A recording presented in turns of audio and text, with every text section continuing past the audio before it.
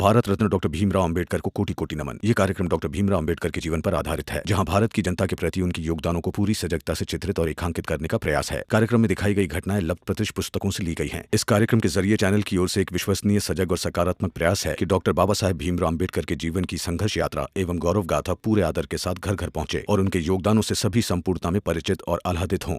को बात बताओ हमका कि जब इस चाल में कोई के यहाँ शादी ब्याह होता है, उत्सव होता है, तो हम सब जने मिलके का साफ सफाई, साज सजावट नहीं करत है। तब वही काम अगर मालिक के यहाँ जाके करेंगे तो क्या गलत हो जाए? कैसी बात कर रही हैं फुलिया ताई? यहाँ काम करने में और वहाँ काम करने में कोई फर्क नहीं है।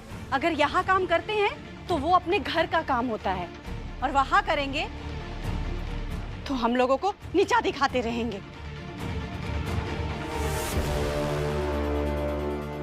आई, ये समझ पाएंगे कि नहीं? कोई इन्हें समझा पाएगा कि नहीं कि नियत एक बार बदल जाए तो पुण्य भी पाप बन जाता है। लो बोला, अभी दीपक भी बोलेगा हैं? क्यों, क्या हुआ? सही तो कह रहा है ये। अरे दीपकवा, कुटाइबे बहुत। अब बुआ, तुम्हारी याददाश्त अगर कमजोर हुई गई है तो हम तुम्हें याद दिलाए थे कि एक बार कुछ ऊंचे लोग हमारी चाल में आए थे और हम सब जने को मारते पीटते हुए ले गए थे अपने घर के उत्सव में साफ सफाई कराए खातिर। सवेरे 5 बजे से लेके संझा 5 बजे तक काम कराए। अब बदले में क्या दिए? बस एक थाली चावल और एक कटोरी सब्जी। अरे ऐसे तो बहुत बढ़िया है कि मेघनाथ जी खुद आके हम सब जने को निमंत्रण दिए हैं। अरे जाके काम करेंगे तो भरपेट खाए को भी तो मिलेगा और लड्डू मिलेगा, सो अलग। और यही जब मना कर देंगे ना तो उनका बेटा शिशुपाल आएगा और दे डंडा दे लाठी हम लोग को मार पीट के ले जाएगा और वही काम कराएगा। इसीलिए तो कहता हूं मैं हमेशा कि हमें पहले खुद को बदलना चाहिए। जब तक हम खुद को नहीं बदलेंगे, हम दूसरों को नहीं बताएंगे, तब तक दूसरे हमें उपयोग की वस्तु ही समझेंगे। इसलिए पहले खुद को बदलना होगा। ये क्यों नहीं समझ रहे हैं आप लोग? रहने दो, हम अपना उपयोग खुद करा रहे हैं, तुम्हारी तरह किसी को मुसीबत में नहीं डाल रहे। मुसीबत में डालता है? अरे ये कहिए कि मुसीबत से निकालता है। देखो मुझे।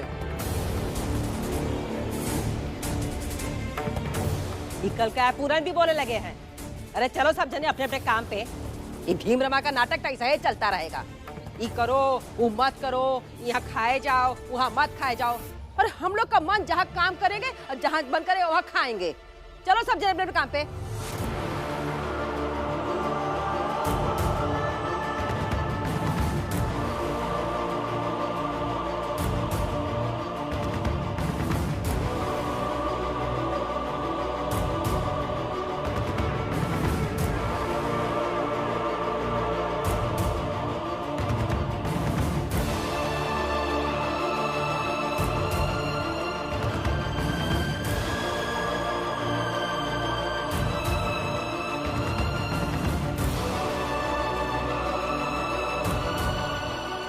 अपना अपना काम किया, और इस बात का संतोष आपको भी है और मुझे भी है।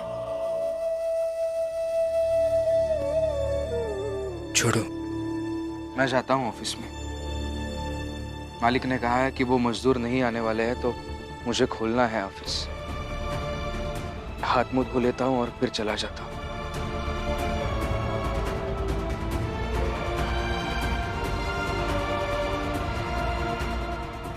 आप थोड़ी देर आराम कीजिए। सवेरे जल्दी उठना पड़ा, और अगर आपकी नींद पूरी नहीं होगी तो आपकी तबीयत खराब हो जाएगी। इसीलिए आप थोड़ी देर आराम कीजिए। आराम कीजिए? ऐसे कैसे? तुम वहां काम करोगी और मैं यहाँ बैठकर आराम करूंगा? नहीं, ये सही नहीं है। अरे सब सही रहेगा। अब आपकी पत्नी कमाने लगी है, थोड़ा ज्यादा कमाने लगी है, बहुत बड़ा हो गया है मेरा, इसलिए कह रही हूँ। अब कोई भी बात की फिक्र मत कीजिए। और बाकी सब जाए भाड़ में।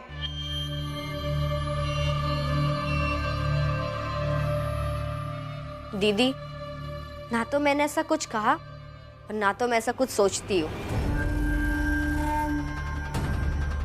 तो तू अब पद में बड़ी हो गई है और पैसे ज्यादा कमाने लगी है तो तू जो कहेगी वही सही होगा क्या? और सबको मानना होगा? मगर मैं नहीं मानूंगी, समझी? मैंने पैसे की बात कब कही? और आप हर समय ऐसा मत कहिए। तो फिर क्या करूँ? हाँ, अरे जो दिखता है वही कहूंगी ना। वैसे उस दिन तू बाहर क्या कह रही थी कि जेठानी हूँ तो सामने तू देवरानी की तरह रहेगी। भाभी अभी आप बाहर जाइए। दो बात है आनंद भाऊ। पहली बात यह है कि आप बाहर उनको क्या ज्ञान दे रहे थे कि औरतों के बीच में क्यों बोलना। तो फिर अभी आप शांत रहिए और चुप रहिए। और दूसरी बात यह है कि इस घर में सब मर्यादा भूल गए हैं। कोई भी किसी के भी सामने कुछ भी कह देता है, इसलिए मर्यादा सीखना जरूरी है। और मर्यादा आप नहीं सिखाएंगे हमें भाभी। हाँ, मैं ही सिखाऊंगी। दीदी, अब ना आप कुछ सुनने, समझाने या सीखने सिखाने के लायक नहीं है। आपके लिए अभी ज्यादा जरूरी है ठंडे दिमाग से सोचना। हाँ, तो तेरे लिए ज्यादा जरूरी है कि तू अभी अपनी मर्यादा में रह। वहाँ कारखाने में भले तू मुझसे ज्यादा बड़ी हो गई है, मगर यहाँ इस घर में तू मुझसे छोटी है और छोटी ही रहेगी। अरे तो और चिल्ला चिल्ला कर कहिए कि आप बड़ी है। बड़ी होकर क्या हो जाएगा? बड़ापन जिम्मेदारी निभाने और स्नेह देने से आता है, न कि चिल्लाने से। तो मर्यादा भी दिखाने से ही आती है।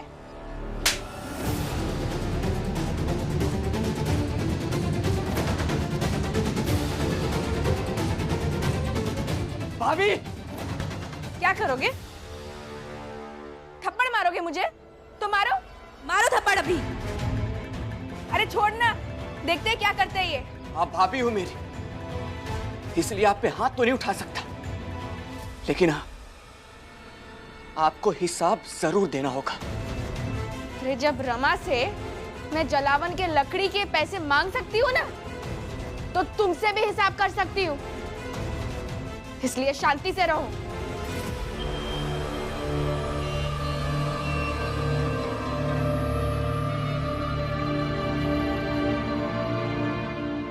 हाथ हटाओ लक्ष्मी।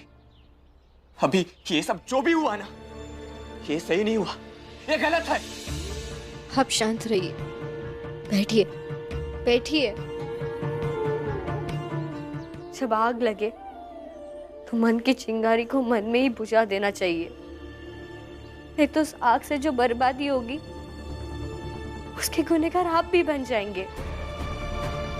और मैं नहीं चाहती हूँ कि आप गुनहगार बने।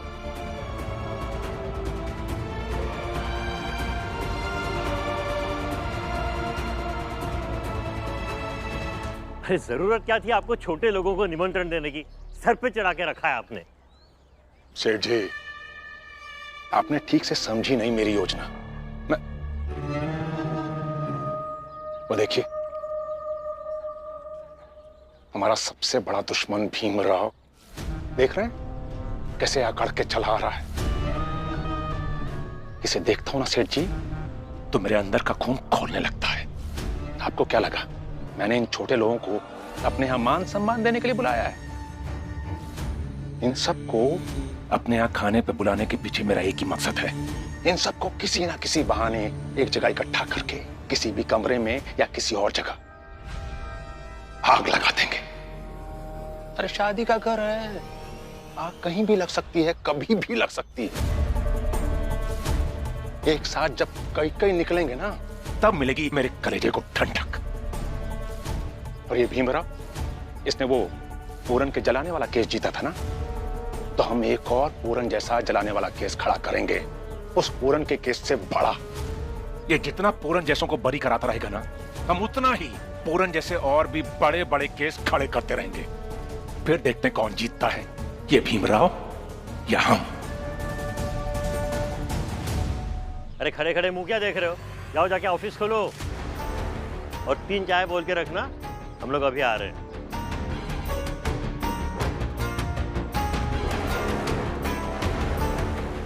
अब समझ में आई आपको मेरी पूरी योजना? योजना तो अच्छी है, लेकिन इस पर अच्छे से अमल करना। बेटे के शादी में अगर 3-4 छोटे लोग जलकर मर जाते हैं तो इससे अच्छा और क्या होगा? और इनके मातम में खुशियां मनाने का अलग ही मजा होगा। चलिए बाबा, घर चलते हैं। चल। अरे नहीं नहीं, ऑफिस में चलते हैं। आपके सामने तो मैंने अभी चाय मंगवाई है। हाँ चलो, ऑफिस में बैठकर सारी तैयारी करते हैं। ये भी ठीक रहेगा। चलिए।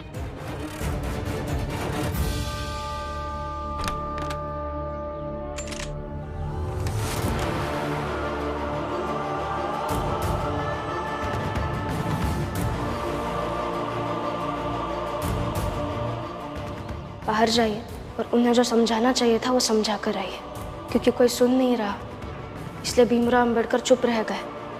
ये दाग नहीं आना चाहिए आप पर।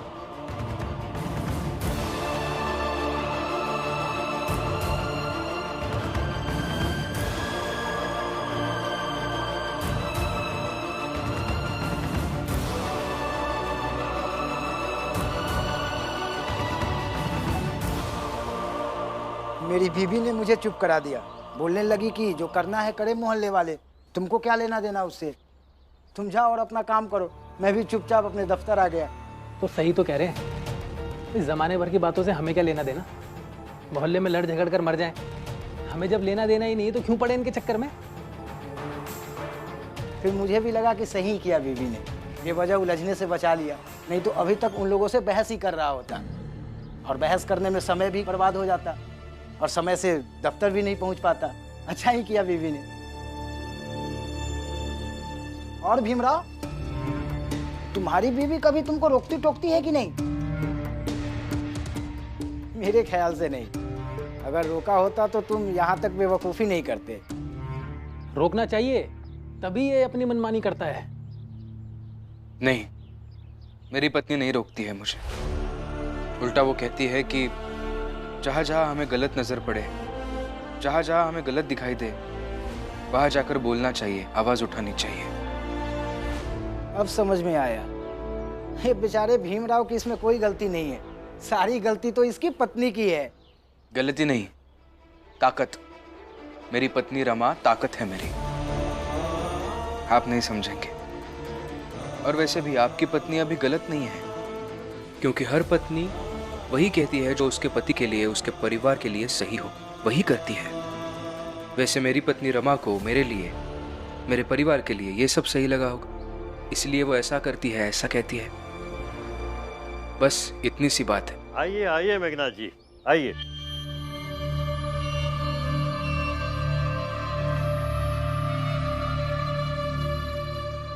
बैठिए। कहा चाय कहाँ है? चाय के लिए कहा नहीं क्या? अभी कह कर आता हूँ।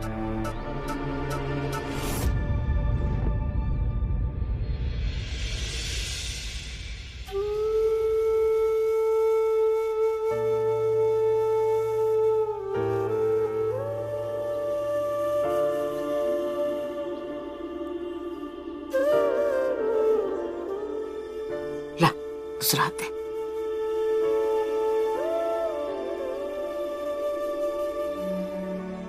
बुआ, बुआ बहुत दर्द हो रहा है। बेटा, इतना लगा है तो दर्द तो करेगा ना। लगातार कोयला बोया है तो दर्द को जाने में समय लगेगा। तो फिर क्या करूं मैं?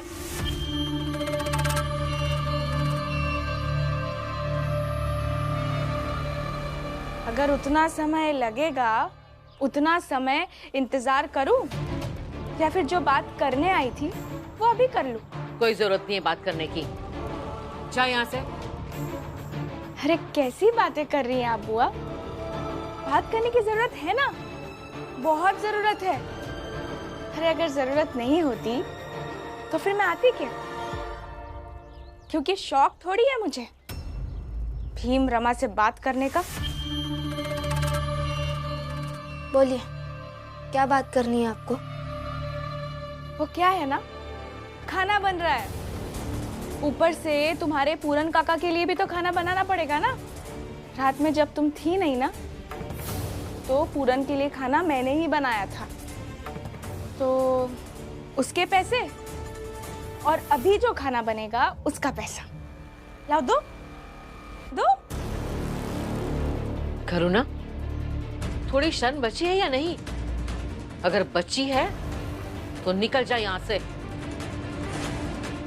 ये लो बुआ, निकलने के बजाय और पास आ गई मैं पैसा मांगने। दो पैसा, ला दे।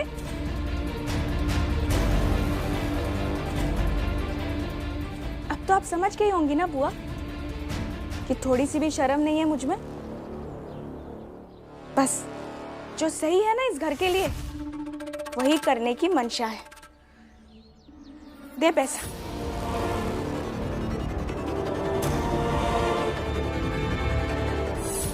ये लीजिए पैसे। और आप कल के पैसों की चिंता मत कीजिए, मैं अभी काम करने ही जा रही हूँ। रमा, ऐसी हालत में तू कैसे जाएगी बेटा? बुआ, काम तो करना ही पड़ेगा ना। और आप चिंता मत कीजिए, मैं शाम को वापस आ जाऊंगी। लेकिन तेरे हाथ में इतना लगा है। बुआ, अपने जब पैर खींचने लगे ना तो हाथ चाहे जैसे हो आराम तो नहीं कर सकते है ना। जाती हूँ बुआ। हाँ, जा जा।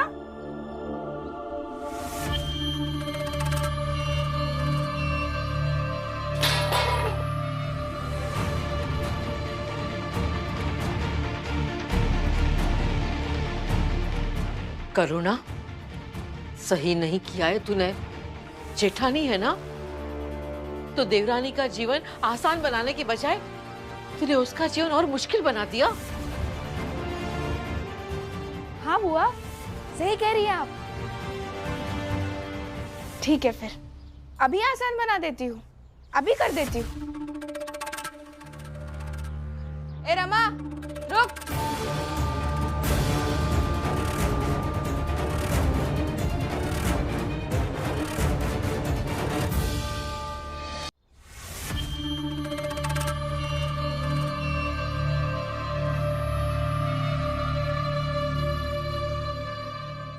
हाथ दिखा।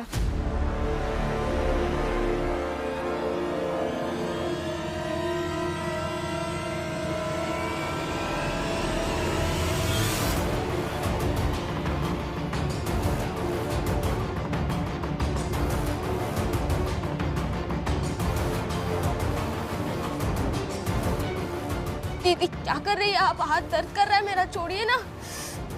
करुणा,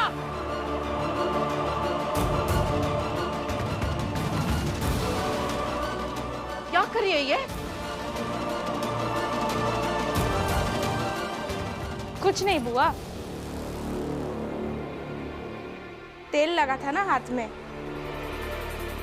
इसलिए पोंछ रही थी।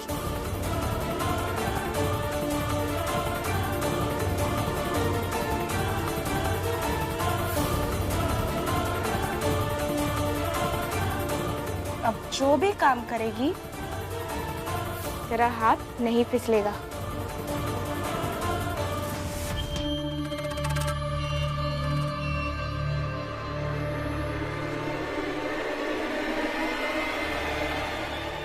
आप ही ने कहा था ना बुआ कि इसका जीवन आसान कर दूं, तो लो कर दिया जीवन आसान। चल जा, जा आप काम पे जा।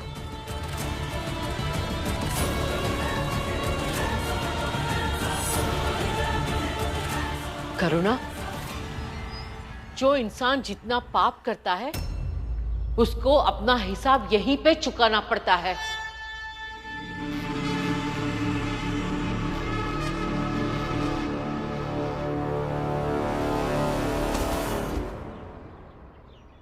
इसे मोड़ दीजिए। वैसे बाहर तो आप काम करने जा नहीं सकती है, तो कम से कम इसे तो मोड़ कर रख ही सकती है ना।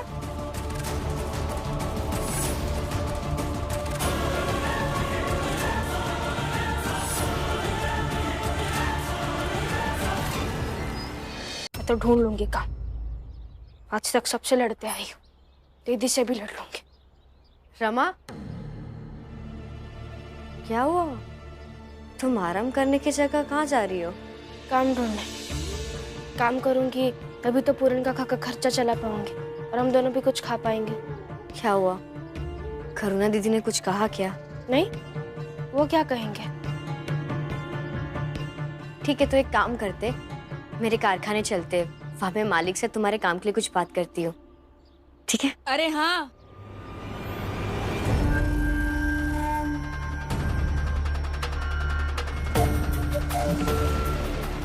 वहाँ कारखाने में तो ये बड़े पद पर पहुंच गई है और मैनेजर भी इसकी सारी बातें मानता है। कह देगी तो क्या पता ये बात भी मान जाए। और क्यों मानता है ये तो लक्ष्मी ही बता सकती है।